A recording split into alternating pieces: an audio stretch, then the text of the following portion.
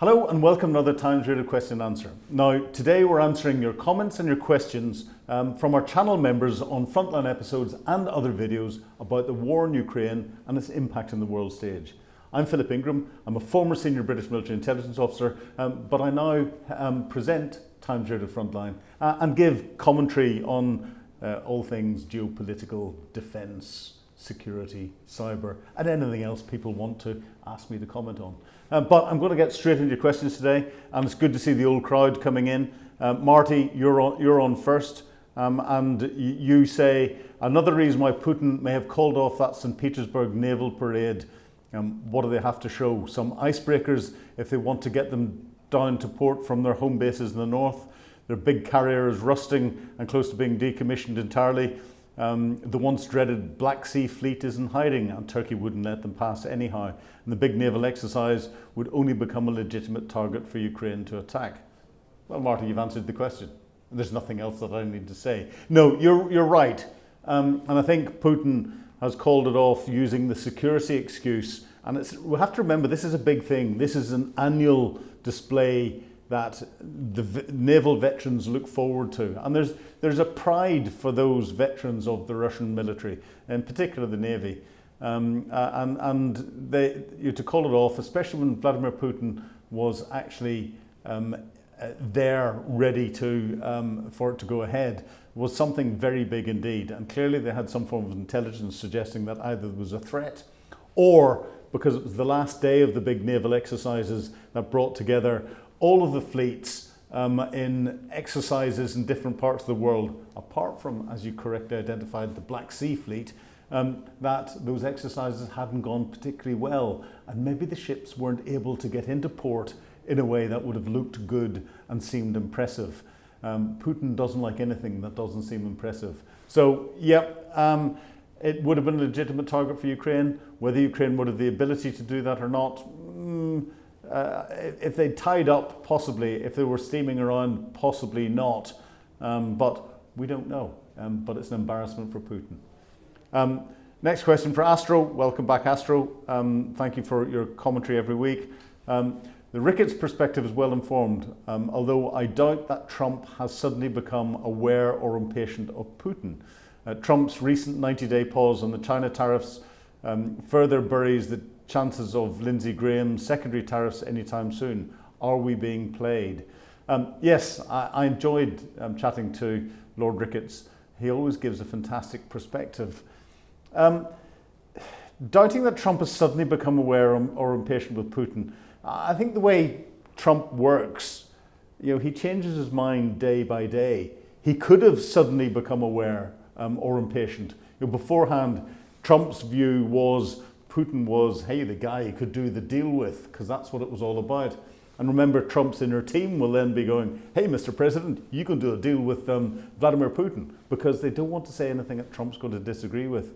And it's only whenever Trump starts to change his rhetoric to his own team, they'll then turn around and say, hey, Mr. President, when we said that, well, we actually meant this. And that could well be what's happening. Apologies for my appalling American accent. But that's what I think we're seeing. And we're seeing flip-flops with the tariffs, the economic tariffs, whether we'll see secondary tariffs coming out or not after this change of stance from the 50 days down to 10 days. 50 days was the 2nd of September.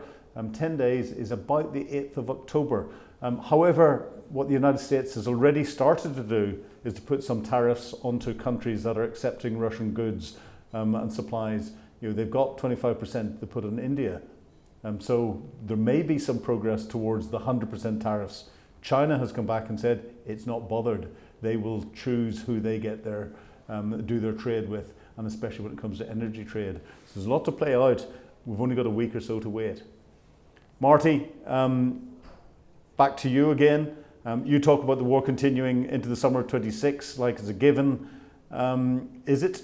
I think that's a comment that I came out with.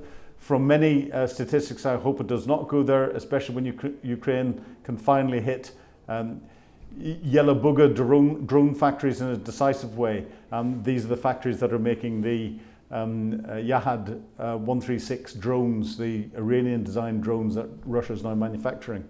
Russia's running out of tanks except museum level pieces. Surely they've still got troops. There's no lack of supply there when conscription bonuses are multiples of annual incomes in some rural parts of the east.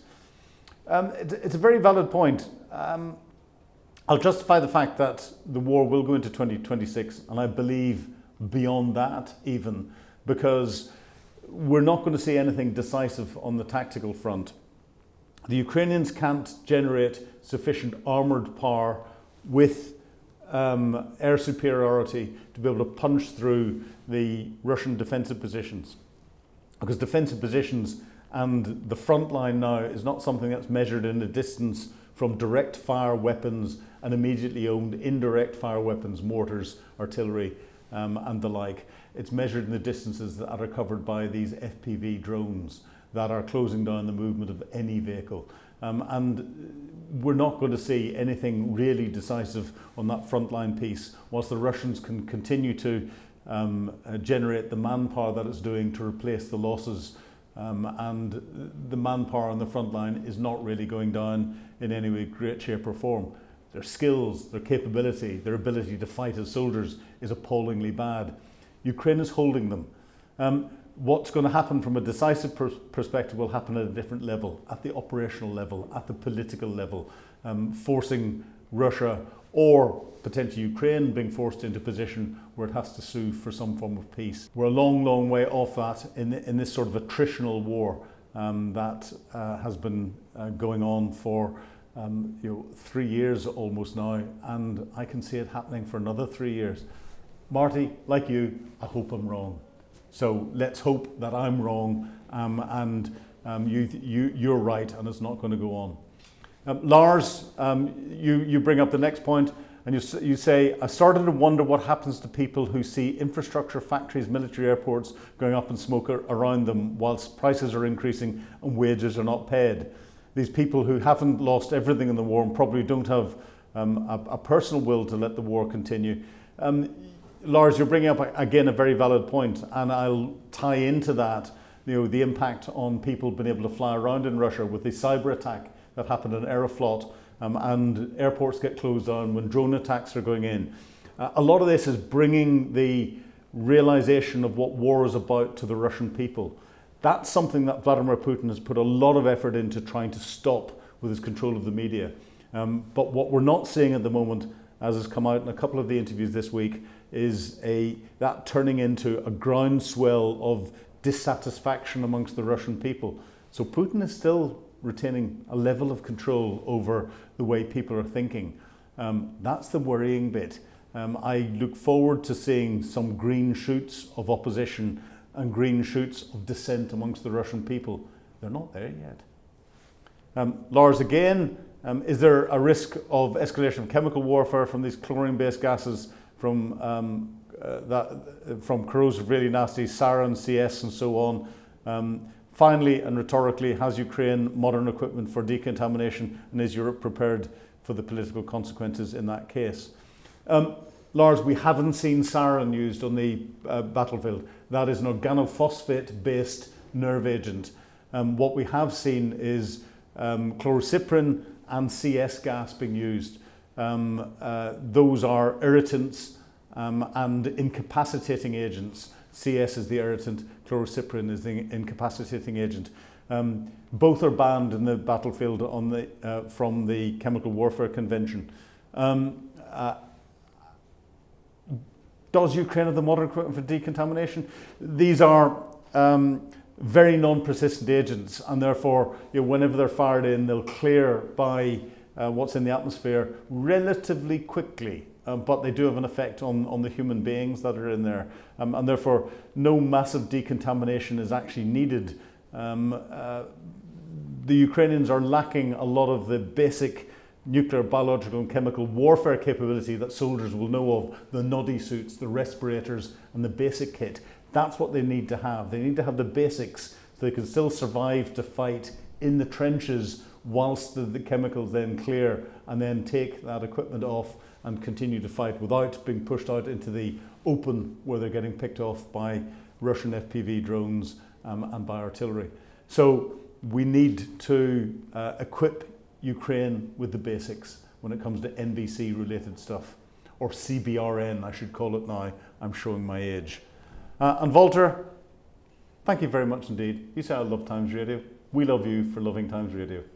So thanks for watching this week's question and answer and posting your questions. Remember, if you want exclusive access to our videos and have your questions answered, sign up for Times Radio membership. Oh, and by the way, you can get us on your favourite podcast channel now. Just search for Times Radio Frontline.